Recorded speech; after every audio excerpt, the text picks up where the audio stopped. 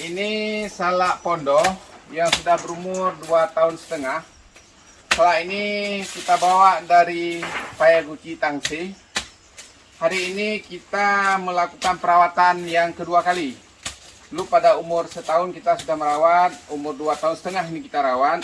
Karena tanda-tanda buahnya ini sudah akan segera dia keluar tandan bunganya. Hari ini saya dibantu oleh sahabat saya bernama Bang Abdullah. Yang langsung kita minta tolong dari Tangsel untuk datang kemari membantu kita merawat salak pondok. Ya.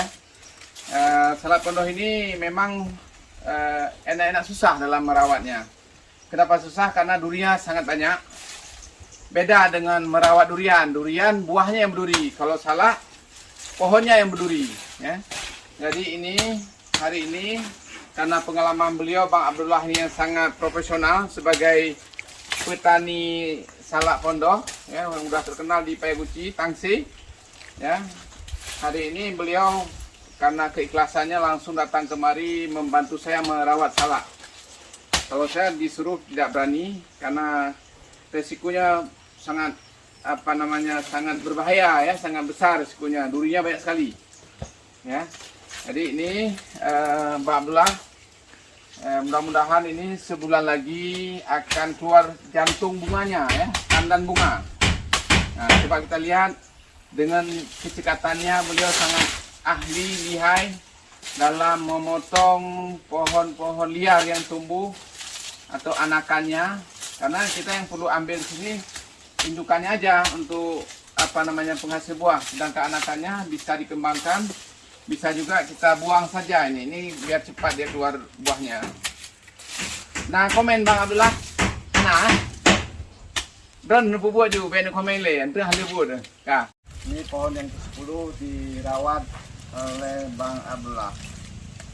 Nah, ini cepat sekali karena pengalaman beliau. Ini juga sudah ada buah yang sudah sudah rontok. Lihat mana? Nah, ini bunga salak yang sudah ini karena telat kita rawat, dia sudah mulai rontok, ya, karena sudah mulai lewat masanya, tidak terjadi penyerbukan. Dia harusnya ini sudah jadi buah, telat kita melakukan perawatan, nggak sempat kita tabur serbuk sarinya, jadi tidak jadi buahnya. Mudah-mudahan ini setelah kita rawat nanti jadwalnya kita atur sedemikian rupa, disiplin agar buah ini tidak jadi rontok. Ini adalah penampakan daripada tandan buah salak. Nah, kira-kira 2 bulan lagi dia akan berkembang dan menampakkan bunga-bunganya serta serbuk sarinya.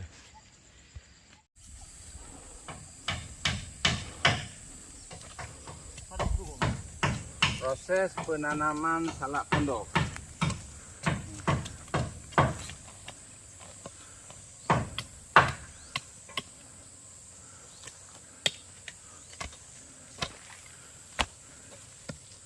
Ini kan penanaman, penyulaman.